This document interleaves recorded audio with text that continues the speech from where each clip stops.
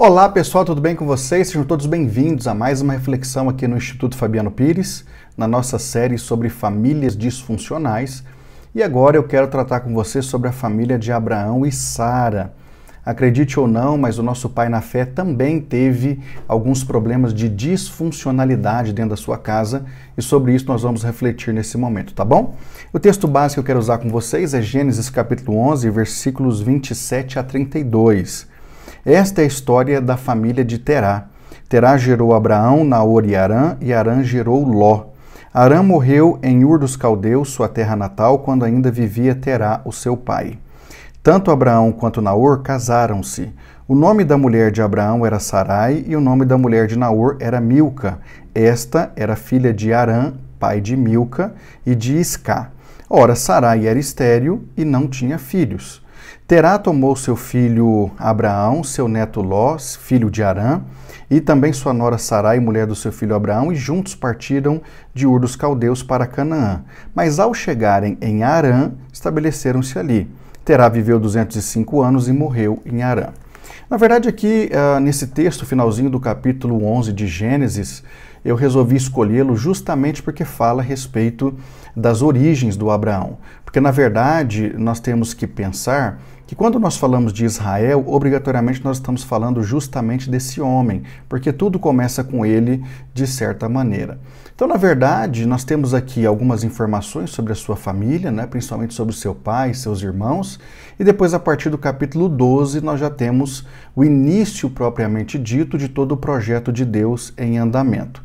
Então, nós temos que ponderar que, na verdade, Abraão tinha algumas situações a serem vencidas, inclusive a Bíblia vai dizer que ele vivia numa localidade muito idólatra, mas o Abraão conseguiu realmente ouvir a voz de Deus e ser não apenas um homem muito obediente, mas também um canal do Senhor para que o seu propósito pudesse ser cumprido nesse mundo.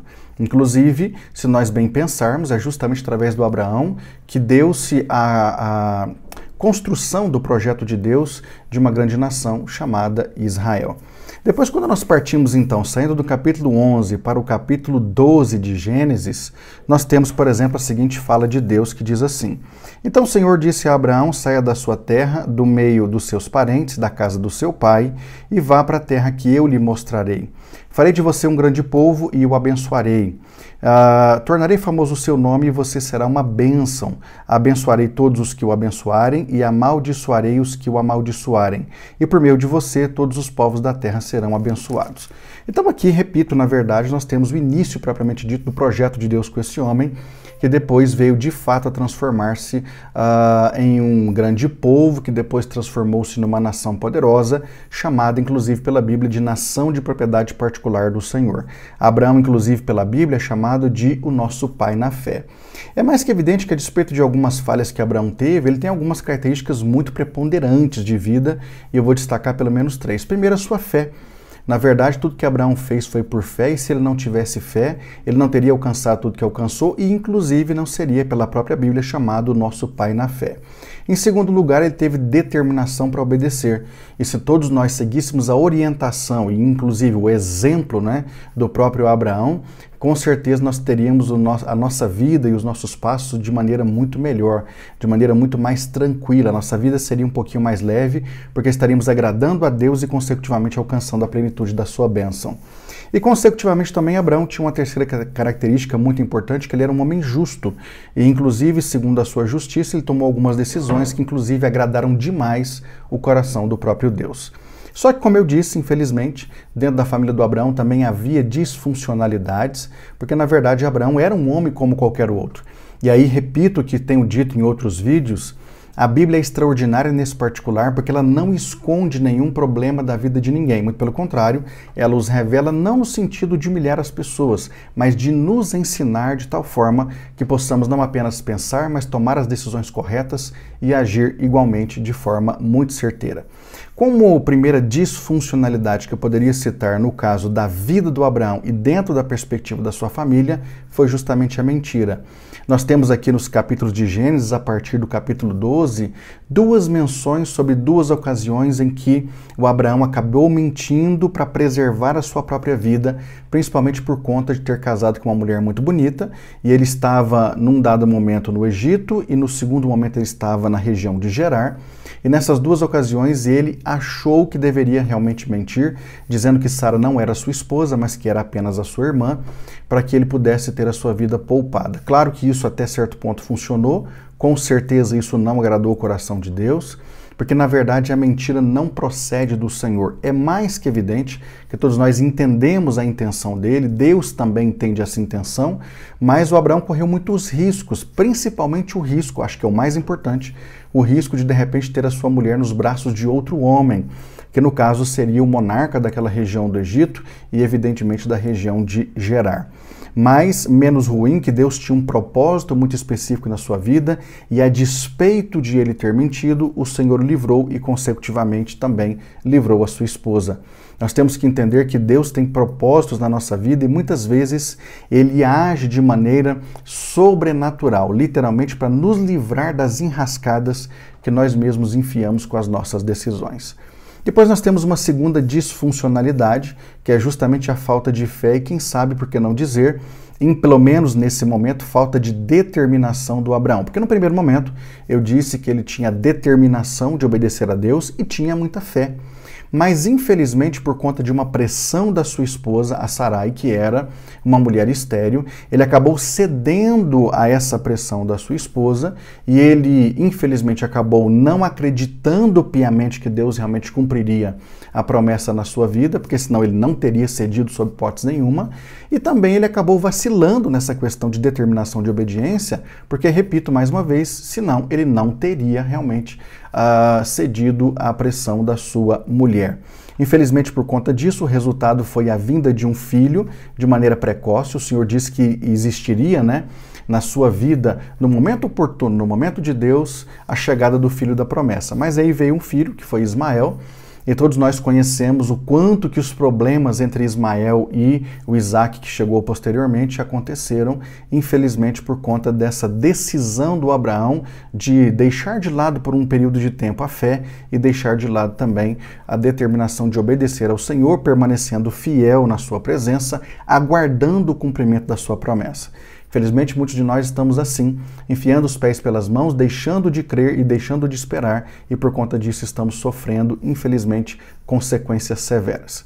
A terceira disfuncionalidade que eu coloquei aqui para nós pensarmos foi justamente o problema das brigas entre a própria Sara, ou Sarai, anteriormente, antes do seu nome ter sido mudado, e Agar, que era justamente a sua serva, que foi dada ao Abraão para que ele se deitasse com ela e através dela tivesse um filho, que foi justamente quando surgiu o Ismael. É mais que evidente que por conta desse relacionamento em que Sara desfrutava com a sua serva e agora ela gestante, poderia, como de fato aconteceu, haver rusgas, problemas, desentendimentos, e Sara e Agar tiveram uma série de dificuldades de relacionamento entre elas e, portanto, elas acabaram brigando, se desentendendo, e aquela relação dentro da casa que anteriormente era até certo ponto, pelo que se imagina, muito harmoniosa, passou a ser uma relação tensa, cheia de problemas, justamente pelo fato de que de repente a mulher começou a se ver numa situação em tese mais privilegiada, porque agora ela estava gestante de um filho do seu senhor e a sua senhora não tinha, ou não havia alcançado esse privilégio ainda, e sabe-se lá, segundo o seu pensamento, se realmente isso chegaria a acontecer. Então imagine que problema, não é? E aí nós temos aqui, na verdade, querendo ou não, uma forma de quebra do projeto ideal de Deus. Porque, repito que sempre tenho dito nos vídeos, a relação para Deus, segundo o seu projeto ideal, tem que ser monogâmica, a relação de um para um. Depois nós temos uma quarta disfuncionalidade, que foram os problemas entre os filhos. O Ismael nasce, vive aproximadamente 13 anos, logo em seguida nasce então o Isaac, Então o Ismael vive 13 anos, nasce o Isaac, e a partir do momento em que Isaac nasce, nós temos já um probleminha ou outro sendo desenvolvido dentro da casa, agora entre os filhos do Abraão, ou seja, o mais velho, que era o Ismael, com o seu irmão mais novo, o Isaac. E por conta disso, é mais que evidente, aquela rusga que já existia entre a Sara e a sua serva Agar passou a ficar muito mais tenso, né? Aquele desentendimento ficou mais tenso, a situação ficou mais delicada. E aí, por conta disso, infelizmente, não havia mais espaço para todo mundo morar numa mesma casa. A coisa chegou a um tal ponto que, infelizmente, o Abraão foi obrigado a expulsar ou mandar embora tanto Agar quanto o seu filho Ismael. Mas Deus prometeu para Agar que aquele rapaz seria realmente muito poderoso em suas ações, como de fato foi. Agora, o grande problema é que eles já tinham problemas ali naquela situação como meio-irmãos, e essa situação perdura até hoje nessa guerra entre israelitas e palestinos, infelizmente. E depois a quinta disfuncionalidade foi justamente com relação à questão da divisão da herança, quando houve parcialidade por parte do Abraão. Segundo o texto bíblico, Ismael, em Gênesis 21, ele é despedido sem herança, e já no comecinho do Gênesis 25, nós vemos que os filhos de Quetura, que foi a outra mulher que o Abraão teve depois da morte da sua querida esposa Sara, e também das suas próprias concubinas, então os filhos de Quetura e das suas concubinas também não receberam da parte do Abraão herança, porque na verdade tudo que ele construiu, ele deixou para o Isaac. E Isaac passou a ser um homem realmente multimilionário por conta daquilo que recebera do pai. E nessa situação de divisão de herança, é claro, o pai tinha as suas normativas, tinha a sua forma de ver as questões, mas é mais que evidente que se aqueles filhos eram oriundos de si mesmo, com certeza eles mereciam alguma coisa, mas o Abraão preferiu ter essa